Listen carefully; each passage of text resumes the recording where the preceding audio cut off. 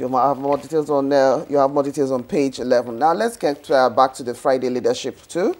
The story about Labour presenting another new minimum wage demand is just beside the photograph. It says 56,000 naira now outdated. That story starts right there but continues on page 6. NNPC to end fuel scarcity with 100 million litres daily supply. You find out more details on page 17. And for 2019, EFCC warns vote merchants, whoever you are, and whoever wants to know more, there's page 8. I'll let you do. Well, let's start with the Labour story. The Nigerian Labour Congress is saying that the 56,000 naira minimum wage it proposed is no longer realistic because it was proposed 2 years ago. And between that 2 years and now, the exchange rate for the dollar even has gone up, and therefore the market value of the 56,000 naira has changed. But however, they didn't reveal the new minimum wage they will be demanding. But it is instructive to point out that the International Labour Organization has a standard that says that the minimum wage and the highest wage paid must not be 100 times more than that of the minimum wage. Therefore, in looking at the minimum wage, they must make sure that the adjustments are low at the lower cadre rather than at the upper cadre of the salary scale.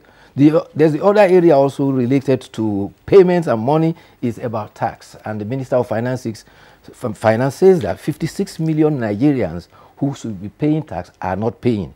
She says that there are 70 million Nigerians eligible to pay tax, only 40 million are paying. And therefore, there is good news and the bad news. Let's start with the bad news. The bad news is that government has widened the tax dragnet to capture all those who evade tax. And this includes all those who automatic exchange information.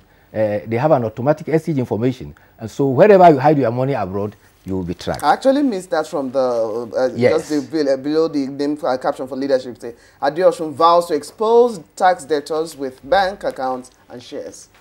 And the good news is, it will be difficult for anybody, rich or poor, to avoid paying tax. So take advantage of the debates, pay the tax. Incidentally, we had the chairman of FROS as our guest. That was on Tuesday, I believe. Yes. And he was talking about VADES and some of the matters arising there from and the level of compliance and what is happening. The deadline for that is the end of March 31st. March 31st. Exactly. Well, let's quickly take the editorial. And the editorial we're reading this morning is from Blueprint newspaper.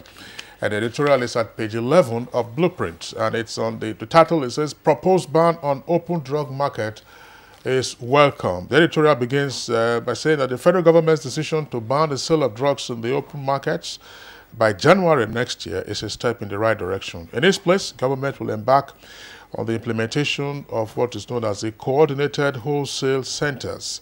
But the editorial further notes that the 3 designated centers, namely Aba, Lagos, and Kano, are far too inadequate to effectively serve the purpose of drug distribution for the entire country. And also calling on the government to critically examine the loopholes in the supply chain that have facilitated the importation of substandard and dangerous drugs into the country. Yes. Well, it's very instructive that government attention has been drawn to the incidences of open sales of drugs. And to my mind, I think that January is in fact too far. The January deadline is too far, considering the consequence of drug addiction, particularly among the youths. Of recent, there's been serious alarm, particularly in urban centers, Lagos, Kano, Port Harcourt, and other areas. And the sad thing is that there's been an increase about young women partaking in this unholy conduct. Casino has been tapped as one of those another one of the centers. And then the open vending should be stemmed. All right, so Bayo Atoyebe, that's the most that we can take. We'd like to appreciate you being with us. We hope you enjoy your weekend. I'm looking forward to it. On Monday. All right, it's still Good Morning Nigeria, live on the network service of the NTA. We'll take a short break now. When we return, we'll be dealing with a health issue, kidney-related ailments. Hate speech is not a joke. It incites genocide and crimes against humanity. Most of Africa's civil wars are caused by hate speech from one tribe against another. We don't want it here. The Nigerian government stands firm against hate speech. I was distressed to to notice that some of the comments, especially in the social media, have crossed our national red lines by daring to question our collective existence as a nation. This is a step too far. One nation bound in freedom, peace and unity. Nigeria, one nation, one people. This is a public service announcement brought to you by NTA. When I was a little girl, I loved spending time with Mum and Grandma cleaning the house. I knew what Grandma's secret was. I was so excited to sing in the choir. And your shirts are always so white. I knew what Mum's secret was. Today, I'm a modern woman that still trusts the secrets passed down to me.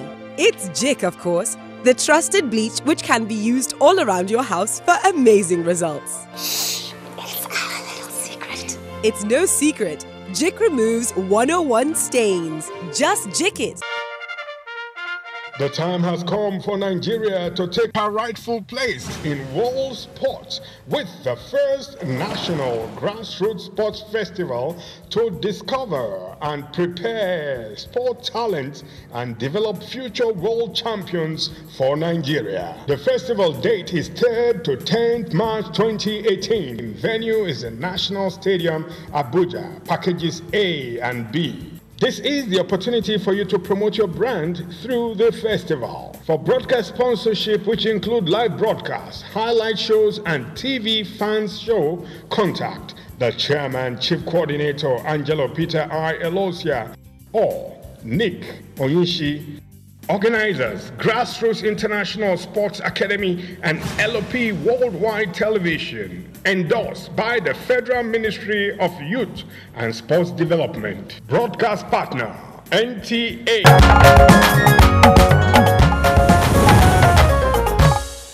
All right, to set the stage for our conversation this morning, let's listen to this background report put together by our correspondent, Oyemi Ajayi. Every human body system has two kidneys working simultaneously as sophisticated trash collectors. The kidney processes about 200 quarts of blood daily to sift out about 2 quarts of waste products and extra water, which becomes urine.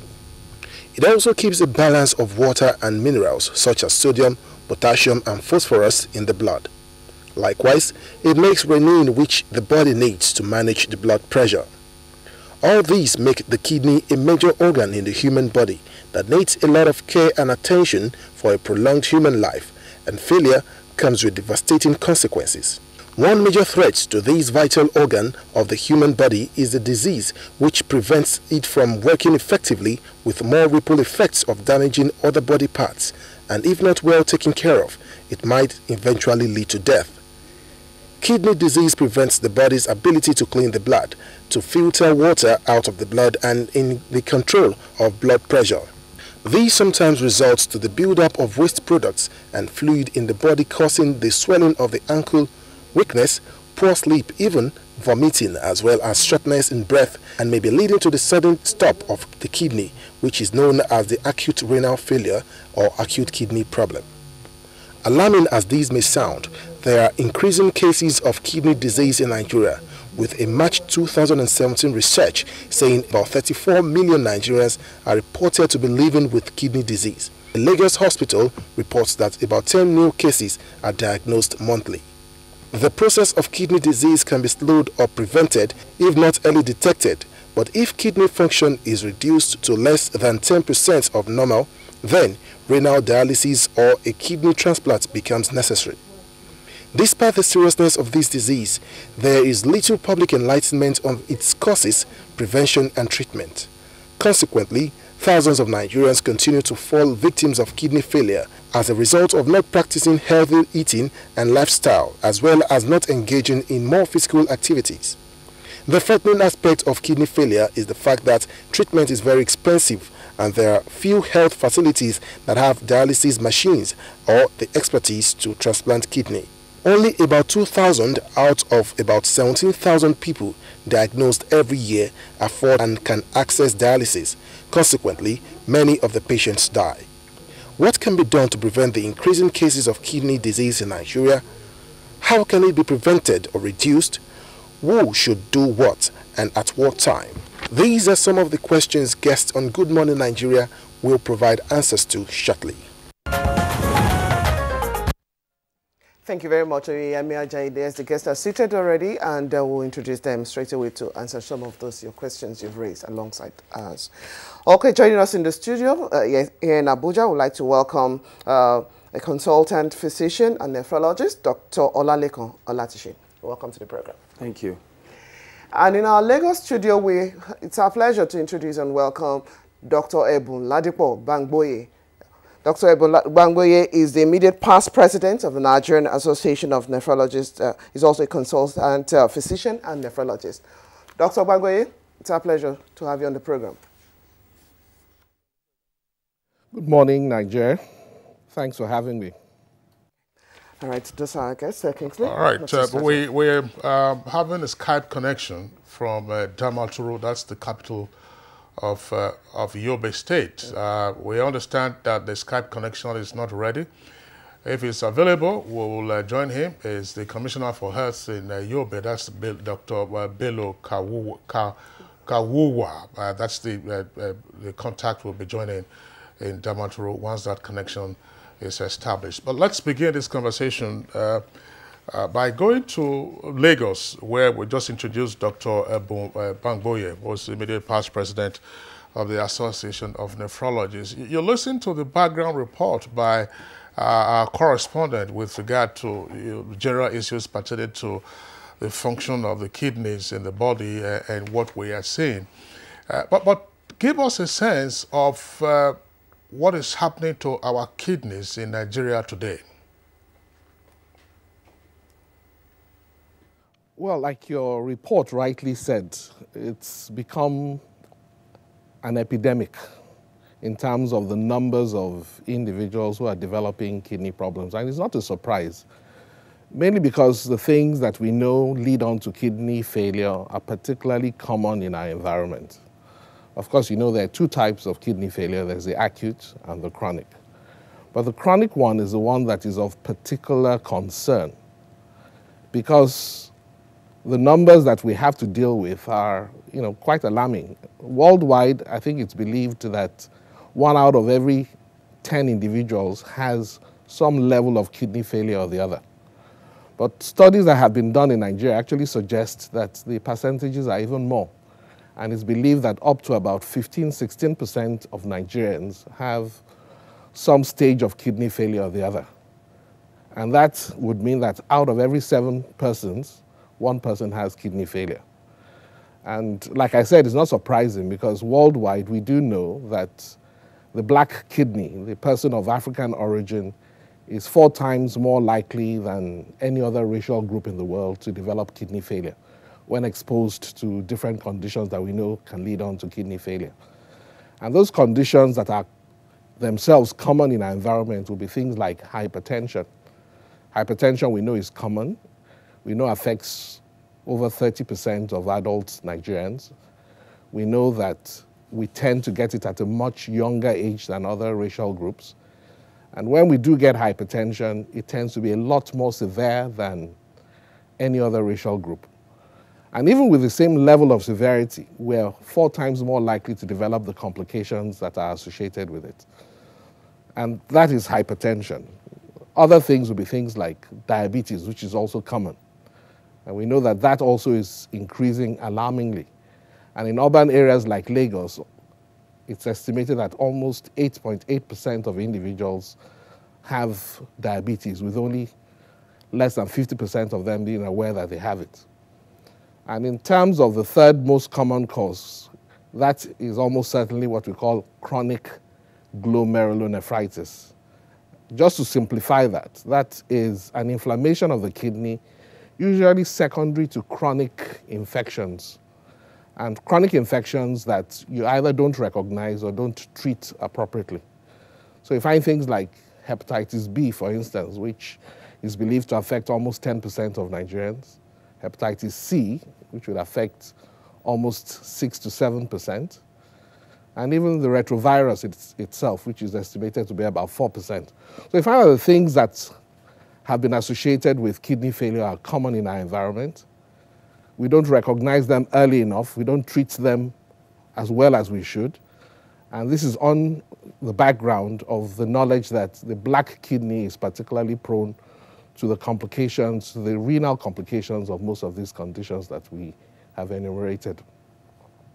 All right, Dr. Bangboye, thank you very much. We'll come back to you. Let's bring in now Dr. Olalekan Olatishe. You listened to Yes. Dr. Bangboye. He's talking about kidney failure. Is there a relationship? Of course, what is the relationship between kidney disease and kidney failure? When does the kidney fail? When is the kidney diseased? Okay, thank you. Well, kidney failure, kidney disease, here we're just talking about what happens at an early stage and what happens at a later stage of a kidney disease. So it's like a spectrum. Kidney disease on its own, we based on our own staging, we have 5 stages of the disease, from stage 1 to 5. So the early stage of the disease is actually the one that we should be more concerned about, because that is where we can talk about prevention. If we catch this disease early, we can either halt the progression or slow down the progression at least. And because we know that in this part of the world we don't have a robust economy to cater for sufferers of this disease, so it's necessary to pay more attention to the to slowing down or preventing the disease. And like we said, so kidney disease, we have 5 stages, stage 1 to 5. Then for kidney failure is at the point where we will be needing some form of renal replacement therapy in form of renal dialysis or kidney transplantation. So you said something about early prevention. Yes. What should people set out to do, taking care of their kidneys or generally their Well, health? Because Dr. Bangboye talked about issue of hypertension, diabetes. Yes. These are diseases prone to some kind of lifestyle people have taken over time. Yes. So what should people do? What should people do? Well, the first thing there will be need to, from time to time, visit your physician yearly, if possible, if you have diabetes or you have hypertension, so that you have very good blood pressure control and then good blood sugar control. That way you help to limit or slow down the progression of the disease. Then in terms of what those without these common conditions, what they can do is there's also need to sensitize Nigerians on the other causes of kidney disease so that we avoid them. The use of non-steroidal anti-inflammatory drugs, painkillers, which is very common in our environment. So we'll talk about people avoiding these drugs. Let them be prescribed, not buying them over the counter or off the shelf like we find in our environment. Herbal concussions. These are all things that we think that Nigerians should avoid. Then, of course, on the list is also a rise in the use of illicit drugs amongst young people. Smoking. These are all the things that we want Nigerians to be aware of, sensitize them, and then, of course, avoid these drugs. Avoid these things, and that way and then, of course, we talk about exercise. We need to make it a culture in this part of the world to always to exercise regularly, because we are aware that physical inactivity is one of the risk factors for developing diabetes, which is one of the leading causes of chronic kidney disease. Okay, thank you very much, Dr. Olatishe. Let's get back to Dr. Bangboye in Lagos. Yes, the same question is still coming to you, because we noticed you're itching to actually look into some of the areas we've asked a question. Now, you made mention earlier to the issue of diabetes, hypertension. Well, some people will say, okay, they are actually younger, so they might not be prone to such, maybe particular age. Is there, it's said that anyone actually can develop kidney disease at whatever age. If that is true, what are those young people prone to that is making them have that incidence on the rise these days? Like you rightly said, I mean, the age spectrum of people that are prone to kidney disease and kidney failure is quite wide. But the causes in the younger age group is slightly different from what is responsible for the older people. In the much younger age group, that is where things like the chronic glomerulonephritis I mentioned earlier will probably predominate. And these usually will present in young children as sometimes just leaking some protein in the urine. Nephrotic syndrome, where the amount of protein that the patient leaks is significant enough to cause swelling of the legs and puffiness of the face. And in that age group, the second most common cause would be congenital kidney diseases.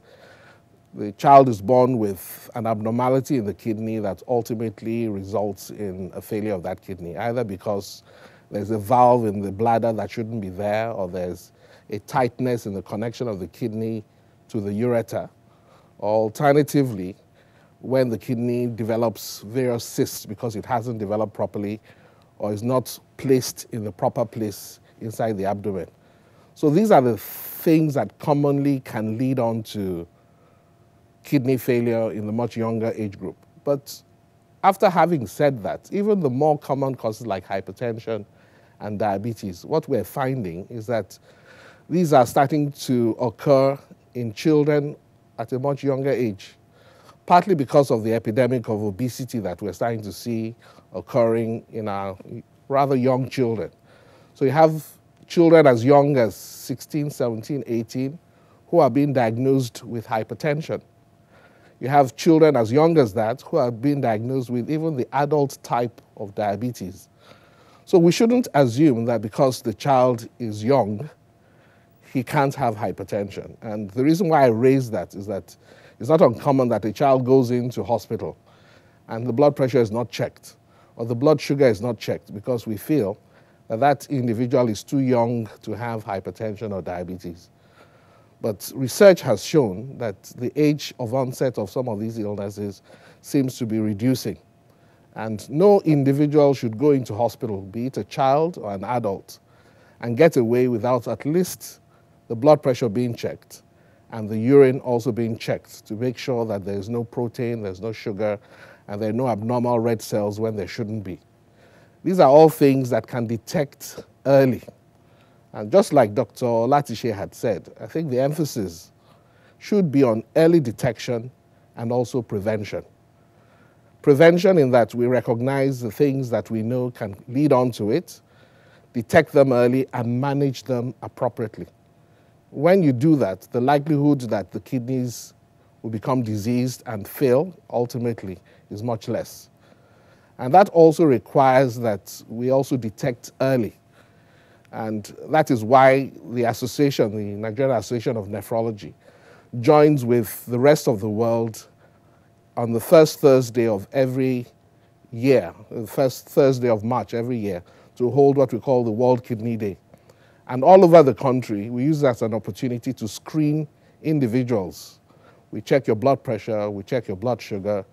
We also would check your urine to make sure you're not already showing the early signs of kidney disease. And I think it's an opportunity to let Nigerians be aware. You look for a center close to you, and I'm sure that any center that has a nephrologist or anyone who is keen on managing the kidney would have a program on that day.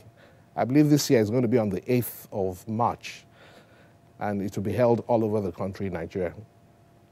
But Dr. Bamboye, just before we bring in Dr. Latishe here with us in the Abuja studios, from what your explanation, there is a sense in which one can say that kidney disease is most likely acquired. But is it also likely to be genetic other than the congenital conditions you described earlier? Well, yes, to a very large extent. Like I also mentioned, the proneness to kidney disease itself is also genetic. And it's believed that the person of African origin is 4 times more likely to develop kidney failure than people of other ethnic origins. This has been extensively evaluated. And what we found is that there's a gene known as the apolipoprotein 1 gene, which individuals of African origin tend to inherit. This is a gene that developed as a protection against another illness known as trypanosomiasis several years ago. So in areas of the world where trypanosomiasis was common, if you inherited that gene, it protected you from it. Now trypanosomiasis is not so common. And regardless of it, we have retained that gene. And it's slightly similar to sickle cell disease and malaria, in that those who have AS tend to have some protection from developing malaria. Those who have the apolipoprotein 1 gene were protected from trypanosomiasis, so it persisted in the environment. Unfortunately, when you have that gene, it makes you prone to kidney failure. And in all areas of the world, studies have been done in America, where they found that the black Americans, or the African Americans as they're known there, tend to have 4 times more likely, they are 4 times more likely to develop kidney failure. And they found that all these individuals have that gene, and those who don't have that proneness don't have that gene. So that would explain the genetic predisposition that we seem to have in this part of the world. All right, Dr. Bamboye, thank you very much. Dr. Latishe, of course, if there's anything to add to what your colleague has said with regard to the acquisition or inheritance of the kidney disease, let us know. But the specific question I want to ask you has to do with this. What are the symptoms of the onset of kidney disease? And once it gets to stage 5, what do you see? Okay, thank you. In addition to what Dr. Bamboye has said, we know that there are familial causes of this disease, the ones that we inherit. Some of them, like things like Alport syndrome, Fabry's disease, tuberous sclerosis. These are all conditions where people are born and then they inherit the condition. So we call them familial diseases of the kidneys, or sorry, familial diseases that can affect the kidneys. Then going to presentation, it's, well, for the early stage, you may find nothing. That is the reason why we encourage Nigerians to have a very good health-seeking behavior. Even when you feel you're fine, there's nothing wrong with once in a year going for a checkup. You know, people urine, don't want to spend. They tell you when it's not damaged, don't exactly. Don't that's the kind of orientation or attitude that we have in this part of the world. So the early stages of the disease, you don't find anything. You just feel okay, and so you don't think there's need to get to the hospital. And that's why, as Dr. Bamboye rightly said, every year in the month of March, we try to go around Nigerian Association of Nephrology, go have a program where we gather ourselves and go around and have programs where we screen young people for check the urine, check the blood pressure to see whether we could pick up some of these conditions early. Then also, the later stage of the disease, yes, you can now start having some symptoms. You feel so tired, you may have body itching, you may have body swelling. What part of the body things specifically? Like, okay, facial swelling, leg swelling, you know, body itching, you feel lethargic. Some people will tell you they urinate so much at night, what we call nocturia. And then at extreme cases, you have people vomit, and then you start what we'll call hiccups. You know, these are all some of the symptoms that they present with commonly. Thanks. Dr. Bamboye, let's also get your views with regard to the symptoms of kidney disease from stage 1 to stage 5. And if, of course, how does a patient now realize on his own that his kidney is packed up or is packing up? Yes, like Dr. Latishe said, in the early stages, unfortunately, as with most things, the patient may be asymptomatic, may not have any symptoms that are recognizable. But there are some things that you should look out for, which is mentioned. You find that you wake up in the morning and you have facial puffiness. By the end of the day, you find that your feet start to swell. And if that happens, that's an ominous sign that would generally prompt you to go and get yourself properly examined. But aside from that, some people also notice that when you pass urine, the urine starts to foam. That foam is usually due to the presence of protein, which normally should not leak into the urine from the blood. So the more protein you have in the urine, the more likelihood that your urine would foam. So if you pass urine in the pot and you find that it foams and you flush and the foam is still there, please go and see your doctor. If you find blood in your urine when it shouldn't be there, if you have pain when you pass urine, if you find that your urine output is reducing, particularly during the day, or you find that you're passing urine frequently at night, like you said. Usually most of those symptoms relate to your urinary tract directly. Sometimes you may have pain over where the kidneys are. I mean, if sometimes you have stone in the kidney, which is another identified cause of kidney failure, that also could be responsible for either pain or blood in the urine. And just generally be conscious of yourself. And if you find that there's something not quite right, it's nice for you to go to hospital and prompt the person in the hospital to kindly at least check your blood pressure and check the urine. The urine test in itself is a very simple test. It's a very cheap test. But the amount of information that you derive from it is phenomenal. And if you can detect protein in the urine, you can detect the presence of red cells, you can detect when there's an abnormal quantity of white cells. There are things that you would look out for that might be an indication that there's likely to be a problem in the kidneys. And all people or all health institutions should be prompted to kindly add this to their routine investigations that they do. Okay, Dr. Bangboyi, thank you very much. Yes, you said taking the test could be the simple test, and it's affordable at that beginning point. But where's the fight? Where's the fight now for kidney or the fight against kidney disorder or diseases in Nigeria? We know how much this disease also dig into the pockets of Nigerians, whether those who have actually lost loved ones and trying to get help ultimately. It's a very expensive treatment, if you ask me. And for Nigerians, they want to know what at least bodies like your association, or even though you're the immediate past president, perhaps at least those of you still in the association, what are you doing to actually help leverage on what Nigerians will actually do, paying for such huge health concerns? I think the reality is that managing kidney disease in itself is an expensive business. Even a country like America is finding it difficult to cope. I think it's estimated that America spends close to $40 billion every single year on managing kidney diseases. As such, even they have recognized that it's going to be almost impossible to cope. And that's why, to a very large extent, the emphasis should be on early detection and prevention. But no matter how much of that you do, you would still have to cope with individuals who now have developed the problem. And like you've rightly said, it is very expensive.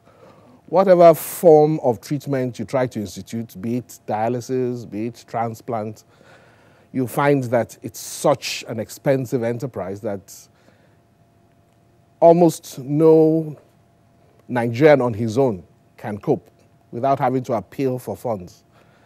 And we all, if you read the papers on any day, you'll find that one or the other one person or the other is probably appealing for funds. As an association, we've been quite concerned, and whilst I was president and after, we have developed what we call a renal care policy that we, about a year and a half ago, presented to different arms of government. We met with the chair of the Senate Committee on Health, Dr. Larry Tejuosho. We met with the Minister of Health himself, and we're also fortunate to have met with the Vice President. And each one of them had an experience, a personal experience with kidney failure, sometime recent, not personal, but somebody related to them. And I think one of them said he had about 6 people that he was paying the cost of dialysis for. Another said he lost somebody that was close to him recently with kidney failure. So it's a very common problem, and they are all aware. So what was the aftermath of that was that we presented this policy to them, and I do recall that at that time, a statement was made by the government that they would encourage the National Health Insurance Scheme to extend the number of sessions of dialysis that patients with kidney failure could, have access to. I think prior to that, they were entitled to only about 3 sessions. And they reassured us that they were going to instruct the NHIS at that time to make sure that at least for the first 3 to 6 months, the individual could have access to dialysis pending when they could start looking at other more permanent forms of therapy.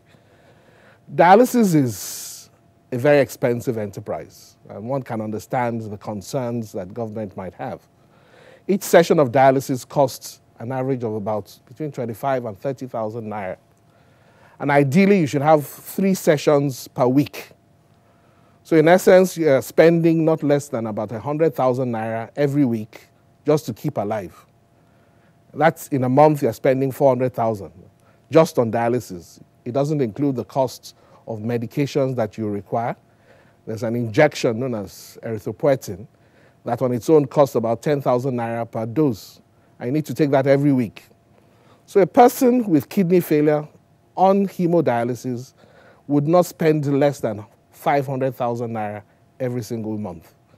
I'm not certain how many people earn that, not to talk of now being able to afford to spend that on just sustaining himself on dialysis. And even if you then go ahead and do a transplant in itself costs anywhere in excess of 7-8 million. But my concern is not even the transplant itself, it's even to sustain the individual post-transplant. The cost of the medications that you use run into close to 200,000, 300,000 naira every single month. So you find whichever way you look at it, once the kidneys have failed, be it on hemodialysis or even peritoneal dialysis, and then even if you go ahead and have a transplant, it's all very, very, very expensive. And one had hoped that government would, be inclined to want to look at some initiatives that other governments have done. In Sudan, for instance, they may not cover the cost of your transplant, but they then provide you the cost of the medications for free, post-transplant. And that in itself is a help. Because what we find is that you go ahead and transplant an individual at great cost, and he then is not able to sustain the cost of maintaining that graft. And we found that that is one of the more common reasons why grafts fail in our environment, which is rather unfortunate. So there are various measures that government should do. But I think it's going to be difficult for government to expect that they will do so on the long term. And as such, we should also at the same time, and more importantly, focus on early detection and preventive measures. And there are several of those initiatives that can be initiated at even the primary health care level all over the country. Well, Dr. Bangboye, thank you very much. I would like us to return again to the issue of early detection and then prevention. Yes. Dr. Bangboye talked about, for instance, an individual monitoring his or urine. Urine, yes. That if the urine foams, then you have some issue.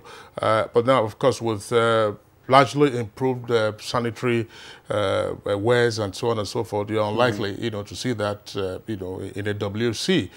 I remember when we were children, I mean, if you were playing around, you're playing football, and I'm sure you also did that as a kid. You went to the corner, it will foam. It will foam. So, but we are still alive, and this is several decades later. But what exactly should the individual watch out for in terms of monitoring the urine? I also know, for instance, that with regard to blood sugar testing, one of the crudest methods is to say, leave the urine there. If you find ants crawling around there, you know, you have that diabetes or otherwise.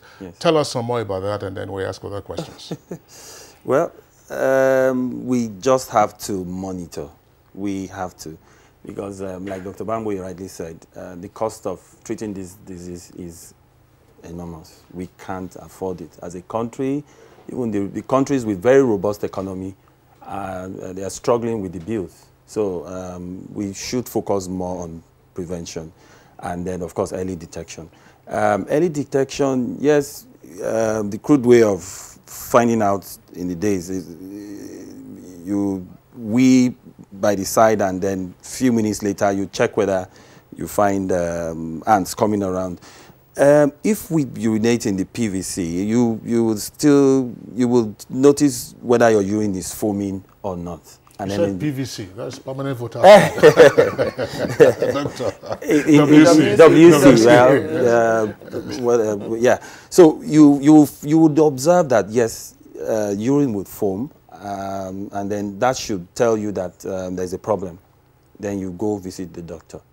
And of course, with just urine analysis, which we do, it's quite cheap, we'll then be able to detect whether there's protein, blood, red blood cells, white blood cells in the urine, and then find out whether such a person has kidney disease or not. Some experts have indicated that excessive intake of red meat could be a causative factor. How true is it? Because you keep talking about protein. I mean, how does a protein manifest in your urine and therefore cause damage or be the result of damage to the kidney? Red meat, for instance. Red meat. What we advise, yes, red meat, uric acid. Red meat, red wine is the reason why people will have high uric acid in the blood, and that could actually be a problem for the kidneys. So we, at the younger age, we don't say don't eat red meat, but as people grow older, that we need to begin to cut down on the quantity of red meat that they eat. So that's the general take. Not that no people should stop eating red meat, but at the point where you develop kidney disease, then there will be need to stop ingestion of red meat, and then probably just eat fish and cut down the protein. We take early stages of kidney disease. Yes, we say you restrict protein, but we should also be aware that in our environment, protein is already restricted. In terms of those studies saying restrict protein were actually done with the average European diet, not our own diet in our environment, where people eat a big bowl of carbohydrate and then two little lumps of meat on it. So protein is already restricted that way. So early stages of the disease, we say restrict protein, avoid red meat, and then eat much more of lean meat, chicken and fish. Minus the skin of the chicken. Minus the skin. Sorry, I just wonder. Let me go back to Dr. Bamboy. Dr. Bamboy, I would like you to also speak on this in terms of the manifestation of protein in the urine. Is it from the ingestion of proteinous diet, for instance, red meat, beans? I mean, if you eat beans, you are told that beans can actually help deal with diabetes. That's part of what you are encouraged. So if diabetes is one of the links to kidney problem, why then would you be cutting down on beans if it contains protein, and protein manifests in your urine and you have kidney disease? Well, like Dr. Latishe has rightly said, eating excess meat on its own, in the absence of an impairment in your kidney function already, would not lead on to kidney failure. He mentioned the possibility of uric acid. Yes, that's in someone who does have a tendency to have gout. But red meat on its own would not. But like I mentioned, 1 out of every 7 individuals, more so the older you get, already have some stage of kidney failure. So if you gather 7 people in a room, at least one of them already has kidney failure. Might be in stage 1 or stage 2, which, as we've said, is not symptomatic. So if such an individual now goes ahead and eats excess amount of meat, then the rate at which the kidney disease progresses becomes faster. Because what happens is that when you have a lot of protein in the blood, when it gets to the kidney, it causes 2 things. It causes sclerosis, hyperfiltration, and hyperperfusion in the kidneys. And what that tends to do is to make the progression to end stage, or the stage 5, when you now then need dialysis, makes it much, much faster. So usually if you already have kidney disease, we usually would recommend that you try and limit the amount of protein that you take. But like he also said, the amount of protein we eat in this environment is not so much. The average Nigerian will probably eat 1 or 2 small, or at best 3 small pieces of meat with his meal. We wouldn't eat like the Americans or the Kenyans, 1 kilo of steak. So already our diet seems like what we call a renal diet. As regards meat, as regards beans, like you said, usually once you then develop kidney failure, we then say, yes, you must restrict protein, but make sure that the protein you take is of high biologic value, which means you should then avoid vegetable protein, which doesn't give you enough of the essential amino acids as would something like fish or meat or chicken. So in that instance, you're actually advised to cut back on beans and other such legumes and other, vegetable proteins. And then if you then need to take meat, you take it in small quantity. But the answer to your question is that direct relationship between eating excess meat and kidney failure has not really been proven. But if you already have some degree of renal function impairment, and you then go ahead and take excess amount of protein, it would progress much more rapidly. All right, thank you very much. Just one other question. Do the 2 kidneys fail at the same time? Because it's also out there in the popular imagination that an individual can survive on 1 kidney, and therefore donors can actually give one of their kidneys. Do the 2 kidneys fail at the same time, or one fails and then draws on the other like twin engine of an aircraft? Kidneys function together simultaneously. So by the time we say your kidneys have failed, both kidneys have failed. No matter how bad the damage to 1 kidney is, as long as you have a fully functional other kidney, you'll be fine. And like you have rightly said, there are individuals who are born with 1 kidney. And there are many individuals who have gone ahead and donated a kidney to a loved one who has kidney failure. And in fact, what research has shown, just out of interest, is that those who have gone ahead and donated a kidney, and this research was done in one of the Scandinavian countries, where they looked at individuals who had donated a kidney and observed them over a period of 25 years. They actually found that those who donated a kidney lived longer than those who had 2 kidneys when they matched them in the community. And the implication is probably that all of us should go ahead and go and donate, find somebody to donate a kidney to. Of course, the popular question would be, why?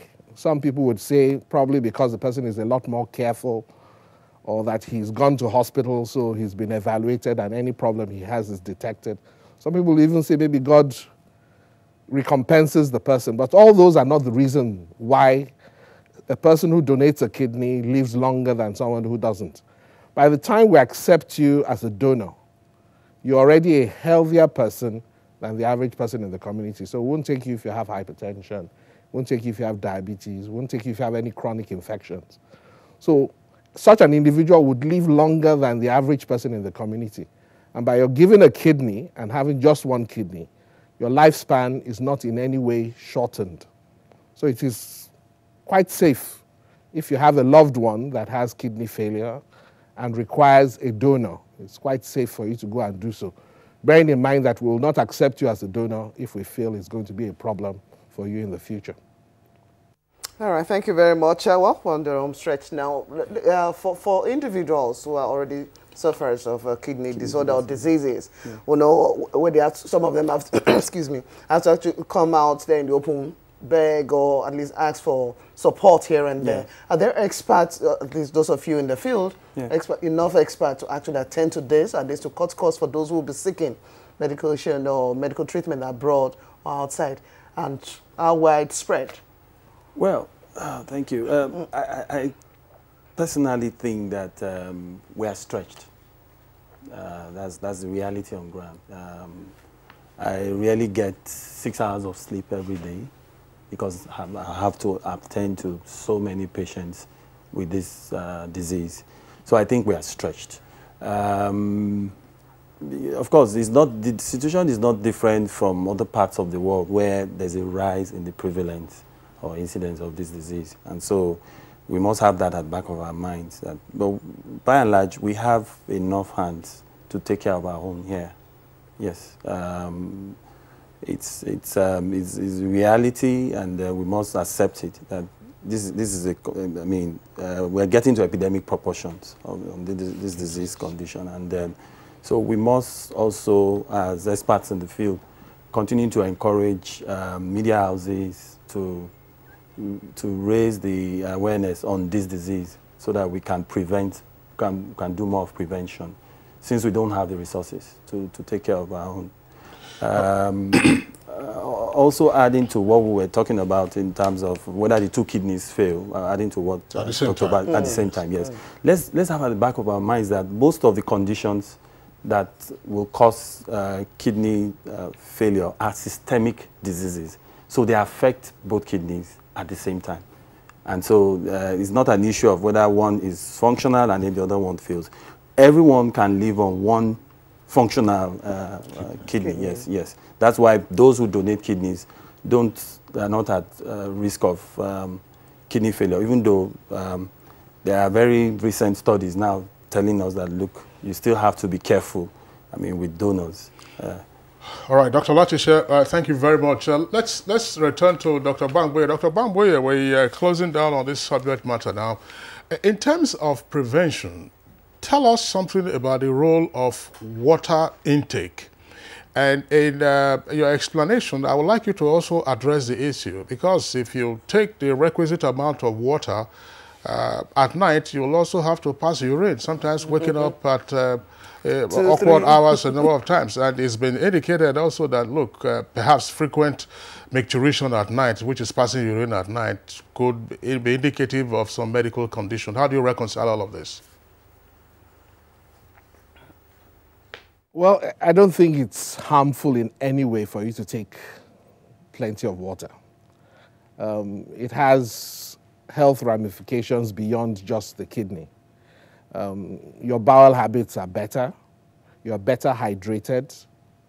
The fact that you pass more urine, regardless, the fact that you're passing the urine means also that you're helping the function of the kidney itself. I think the recommendation is that you shouldn't take less than about 1.5 to 2 liters of water every day. And preferably water. It doesn't mean you should take, some people will say, well, they said I should take plenty of fluid. So let me take 1 or 2 bottles of beer or Coke or Fanta. You find that most of those contain things that are themselves potentially toxic to the kidneys. And one needs to be careful with how much of that you take. More so in individuals who already have hypertension. Like I said, almost 1 out of every 3 adults in Nigeria has hypertension. More so with the redefinition of hypertension. Now, anybody who has a blood pressure greater than 130/80 is now regarded as being hypertensive. That's a recent study that was released as recent as, December, 2 months ago, redefining what hypertension is, because we're finding that even individuals below the 140/90, which was the cutoff before, are themselves prone to some of the long-term complications of hypertension if it's not appropriately managed. As such, everybody should be careful because you can never be sure. In terms of hypertension, studies have been done in Nigeria that show only about 30% of hypertensives are aware that they have hypertension. And even the 30% that are aware, only 30% of them are on treatment, not recognizing that hypertension is a long-term treatment. It's not something you treat like malaria. You take it for a short while, you feel better and stop. And then only 30% of those on treatment are well treated, are well controlled. So it's not surprising that many people are developing kidney failure from things like hypertension. But going back to your question, water, take plenty of water and be sure that even though you pass more urine, it is to your advantage. It is only when the kidney is diseased that you then, despite not taking adequate amount of water, you still find that you're passing excess urine at night, which we call nocturia. The other bit to it is that in men, sometimes those that have prostate issues, the prostate is an organ that sits below the bladder and which over the age of 50 tends to get enlarged in most men. Sometimes it causes an obstruction which doesn't enable your kidneys or your bladder to empty fully and makes you want to pass urine frequently. That is also something that we're finding that if it's not well managed, also can ultimately lead on to problems with the kidneys. So the fact that you're passing urine frequently, there are several other causes that, you know, a competent enough medical person should be able to tease out and give you the appropriate treatment. All right, Dr. Bamboye, thank you very much. Dr. Olachiche, thanks as well. Just to show that we have additional tweets that, from our viewers. You already some of the tweets scrolling on the screen, but let's quickly read these ones. Clifford Agugoesi has this tweet. Specifically, the Nutrition Society of Nigeria needs to up its game. We are what we eat, and the rising incidence of kidney and other diseases is traced to wrong diets, dietary combinations, and habits. True. Well, from Awunoji, Joshua is this tweet. Millions of people already have kidney problems. The cost of medication is not affordable with 18,000 naira minimum wage. What next? The ruling class should improve the purchasing power of their subjects, or the states should shoulder the cost of treating victims, I suggest. Another one from Clifford Agugoese says the traditional medical arena is another critical area for the relevant authorities to tighten their noose on. Many are ingesting all manner of nonsense in the name of traditional medicine from Nigeria and Asia. Dele Jack Solomon tweets, children are not spared in this context. Parents should take their children to hospitals immediately any abnormality is noticed, rather than buying local herbs or taking them to native doctors. It has been discovered that local herbs are a major cause of kidney disease in Nigeria. All right, those are the set of tweets that we have. We'd like to thank our guests for being here today. I wanted to ask a question, but we are pressed for time. Dialysis, is it a lifelong thing? Or alternatively, can a damaged or a failed kidney be brought back to life? Well, yeah. Let me start with the first question. A damaged kidney, yes, can be brought back if such a patient has the other type of kidney disease that we call acute kidney injury. In other words, the kidneys will recover and such a person will be fine thereafter if he recovers. Yes, so that's possible. Dialysis, lifelong? Well, kidney transplantation is a preferred treatment option. If you can get a donor and then get the transplant done, and if it's successful, yes, is a preferred treatment option. Dialysis for people who are not transplantable, yes, will now be the other option, where they will have to stay on dialysis for as long as, yes. But come to think of it, people can actually survive on dialysis for years, 25 Yeah, 25 years. All right, Dr. Olalekan Olatishe, consultant physician and nephrologist, joining us here in the Abuja studios. I'd like to appreciate your contribution to our discussion this morning. Thank you. All right, and then back in Lagos, Dr. Ebun. Bangboye, Dr. Ebun Bangboye, if you have one or two things to add to what your colleague here said with regard to resuscitation of a failed kidney, alternatively, if dialysis is lifelong, at what point do you stop? What do you do? Briefly. Well, I think he's responded appropriately to the question. I mean, if it's acute, then that is potentially reversible. But once it's chronic, the two key words to chronic are that it is irreversible, and whatever you do, it is progressive. So once you are labeled as having chronic kidney disease, it's inevitable that at some point in time, you're going to end up requiring either dialysis or a transplant.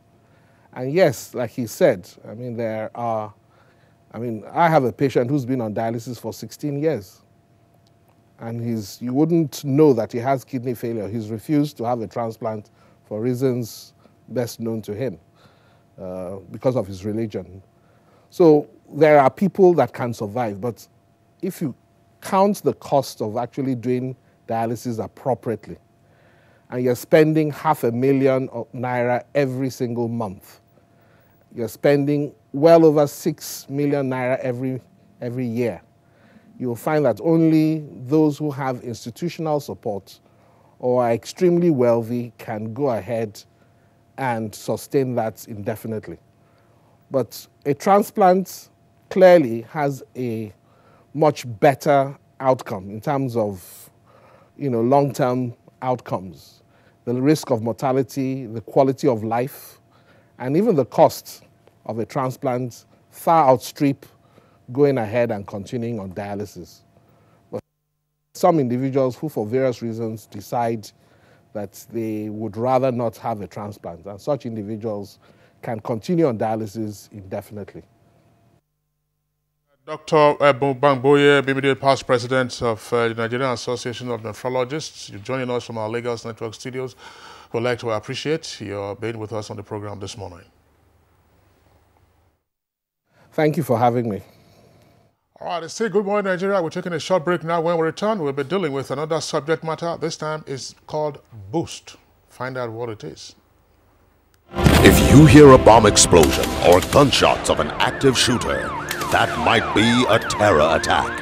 At such times, always remember 3 action words: run, hide, report. Don't try to run towards the terror scene to save the situation, because there might be a second bomb blast or another attack. Run far away and take cover. Make sure you are safe first. Yes, it is in our nature to sympathize over the hurt, but remember, only trained personnel can help in such situations. When in a secured environment, promptly call relevant authorities and help will come. For anonymous reporting, call 09630-3250-5 or 0813-2222-106. If you see something, say something. Nigeria unite against terrorism. This message is brought to you by the Federal Ministry of Information and Culture.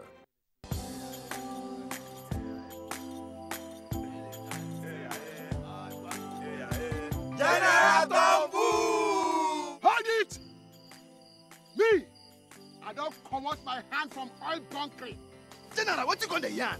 What did the yarn serve? I don't understand though. Because they spoil our water and our environment. And they cause our people serious harm. Militants said, you know good. Me! I not do again Sam. Because why? Change begins with me. This message is brought to you by the National Orientation Agency in conjunction with the Federal Ministry of Information and Culture.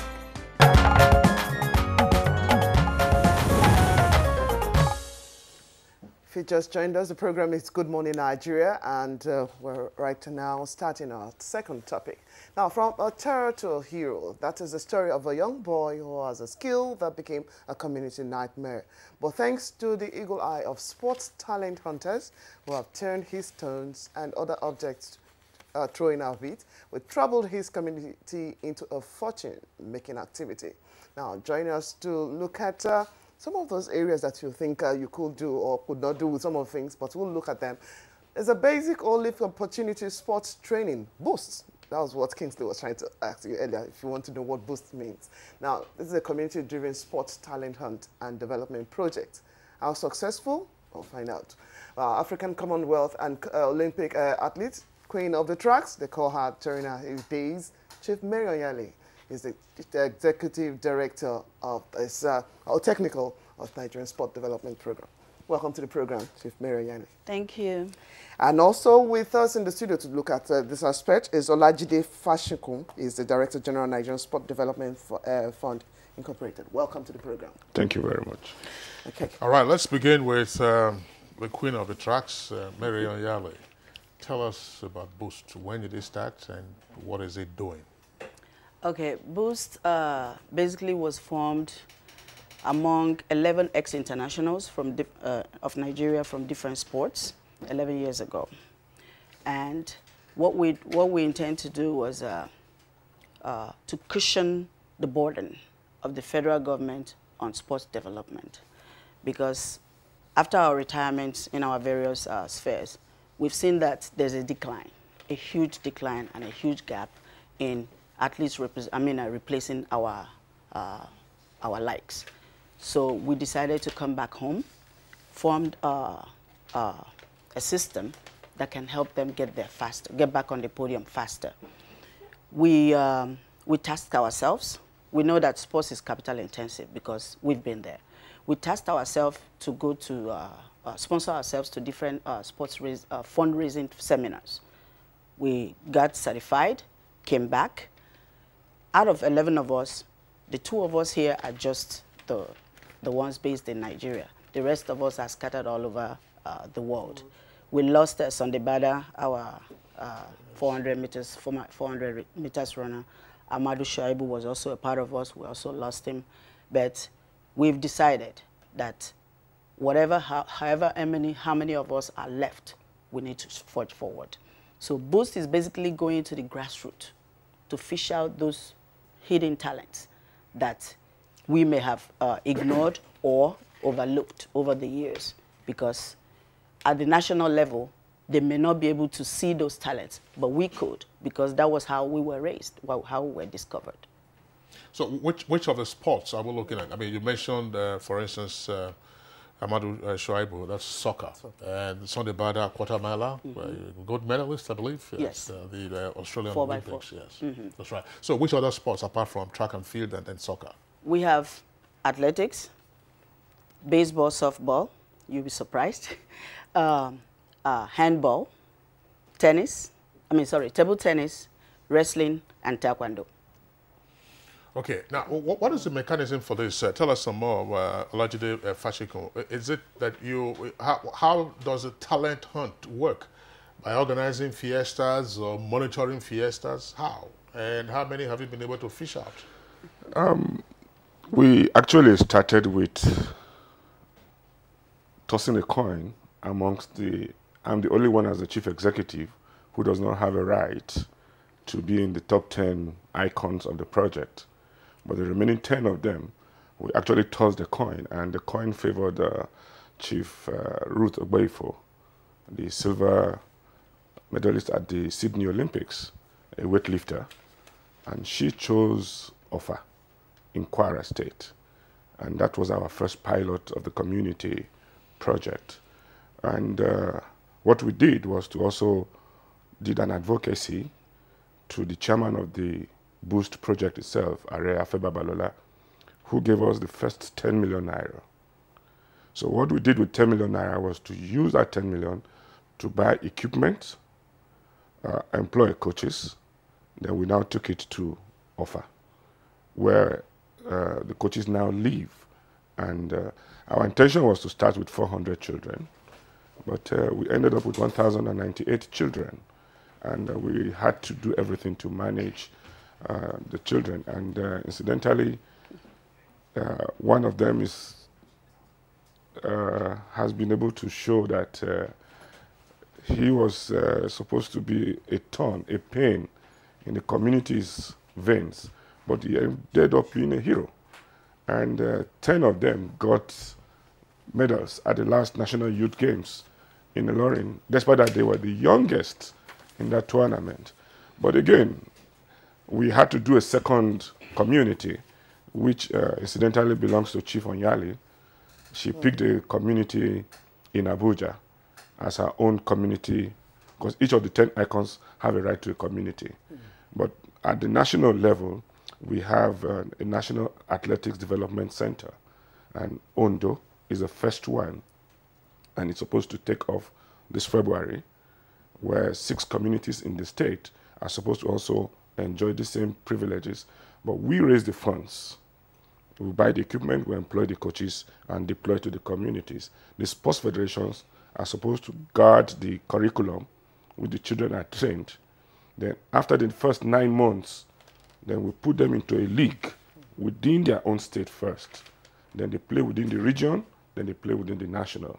So these processes, we believe, will help us to be able to bring better and bigger children than all of us who are behind the All right, project. quickly, before you move further, at the beginning of this introduction, there was a story about the child who moved from issue of terror to hero. Tell us about that child in Ofa. Wow, that's a wonderful skill that is now in the face of the world now. We had the story of the fact that this is one stubborn boy who will bring complaints to his parents as much as 4, 5, 6, 7 times in a day. And the parents were like, just abandon this boy.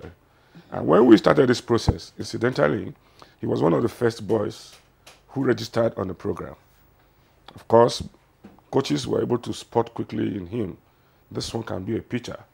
And pitchers in baseball are usually the most restless.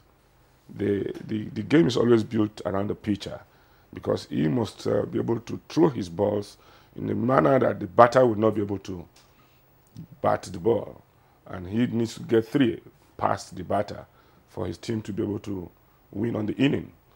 Now, this boy was taught how to throw, but I think because of his restless nature, he was able to also have an ingenious new way of throwing the ball. Because incidentally, I was one of the first set of pitchers when the game came to Nigeria. And I understand how it is played. But when you have a double spin, it's a very, very uncommon skill. And the boy had double spin. He had double spin. And he has both a convex double spin and he has a convert double spin, in such a way that even very senior players, they are always beaten to it. And you start to think, what is wrong? He makes you get angry on the bat. Now, when Coach Jide Abidoye, who was the National Technical Director, did his first report to the African headquarters in South Africa, the South Africans were wondering, hi, this is not it. Can you use 4 cameras to do the next recording? They did. Send the camera report to South Africa. The guys watched it. They were not too sure. They had to come to Ofa to come watch the boy themselves. They did a report to the U.S. and the people in the U.S. too were like, please increase the number of cameras. Come from Nigeria.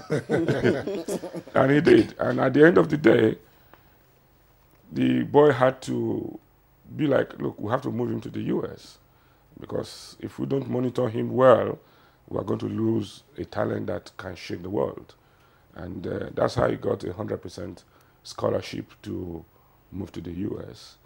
And the day his parents were told, the old man never believed that good can come from the boy.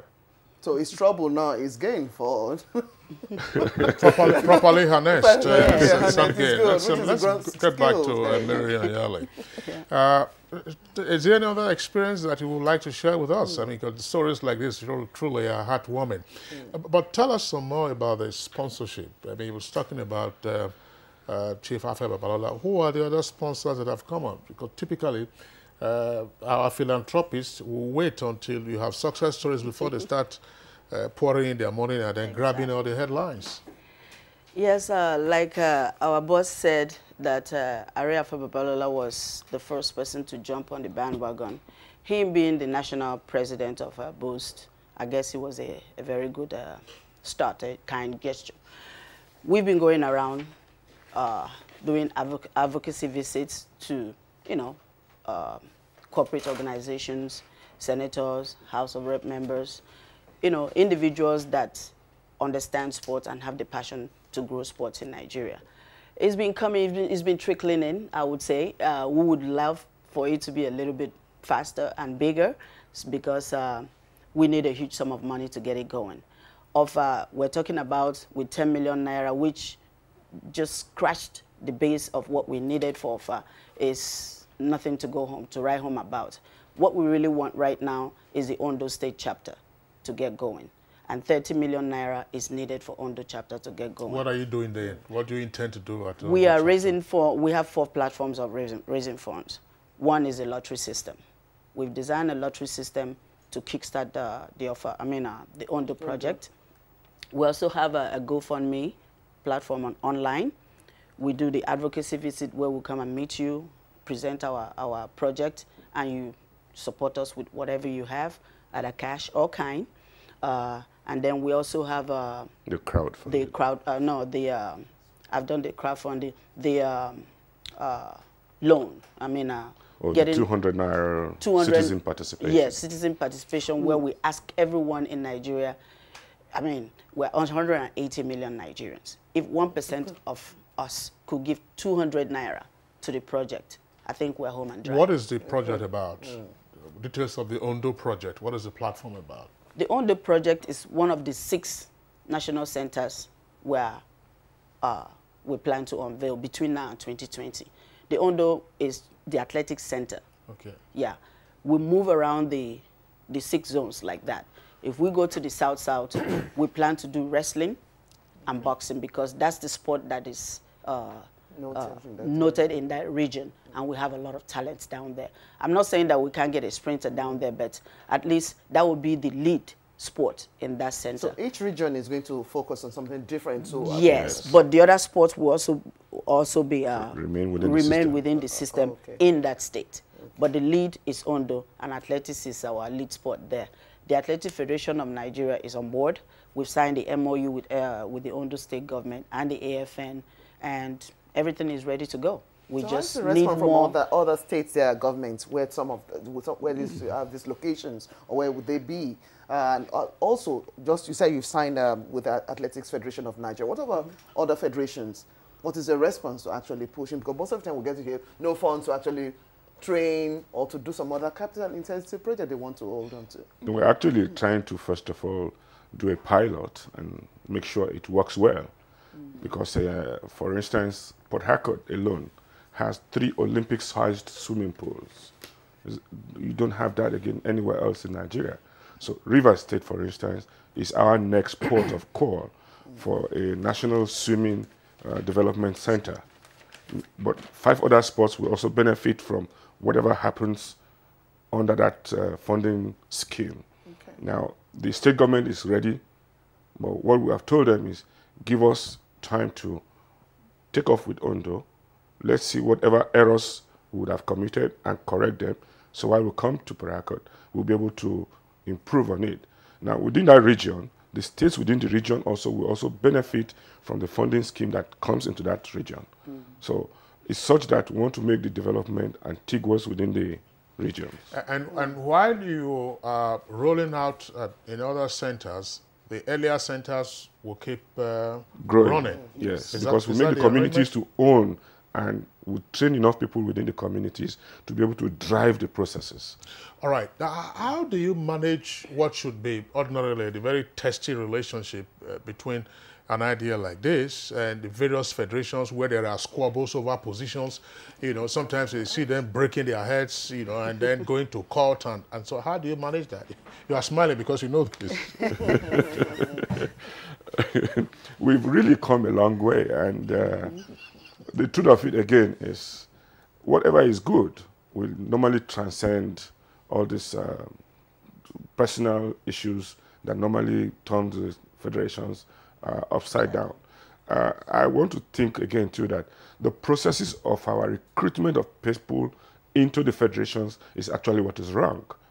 Because, for instance, in Egypt, where I played as a professional athlete, you must, first of all, own a club at the community level before you can come to your local government, come to the state board of your sport. Then from there, you graduate. So it's always a graduation of the very best of administrators in the particular sport that comes from the club system.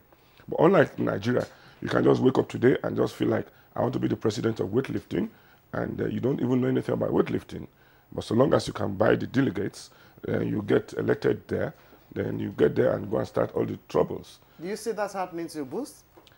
For Boost, no. Because if you're going to, the community are going to own such at the end of the day, who monitors, who evaluates what happens in such regions for it not to be hijacked the way some of the federations No, the state government must monitor us to also be sure that whatever we have promised we're going to deliver is actually delivered. For instance, the governance structure is such that each of the communities hosting these projects have a seat on the governance team. So because their own children are the biggest beneficiaries, they are going to be the ones who are really fighting hard to ensure this project is sustained. All right, Chief Mary Onyale, tell us very briefly before we wrap it up. Is there a linkage or any tension between Boost, what Boost is doing, and the Grassroots Sports Festival or Catch Them Young that we hear is coming up here in Abuja, or they are trying to organize in some other parts of the country? No, we're separate. We're strictly private sector driven.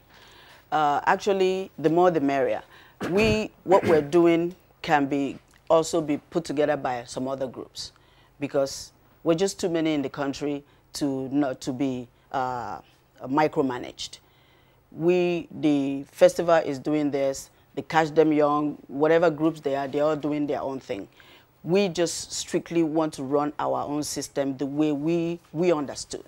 Because being professionals in our different sports from different parts of the world, we've seen how it's done there, and that's most likely what you're seeing right now. We're coming together to bring our experiences to bear.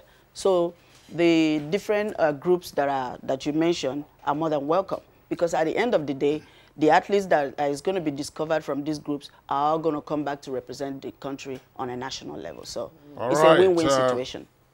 Chief Mary Onyale, decorated African, Commonwealth, and Olympic athlete, we would like to thank you for being on our program this morning, and we wish you the very best with Boost. Thank you very much. I also would like to appreciate Olajide Fashikun, who is the Director General of the Nigeria Sports Development Fund. They said incorporated. We don't use that in Nigeria in company law, but thank you very much, Fashikun. Thanks a lot for being with us on the program this morning. Thank you, sir. All right, now we're still on the sports tracks. Let's move on now to our complimentary segments with our sports desk.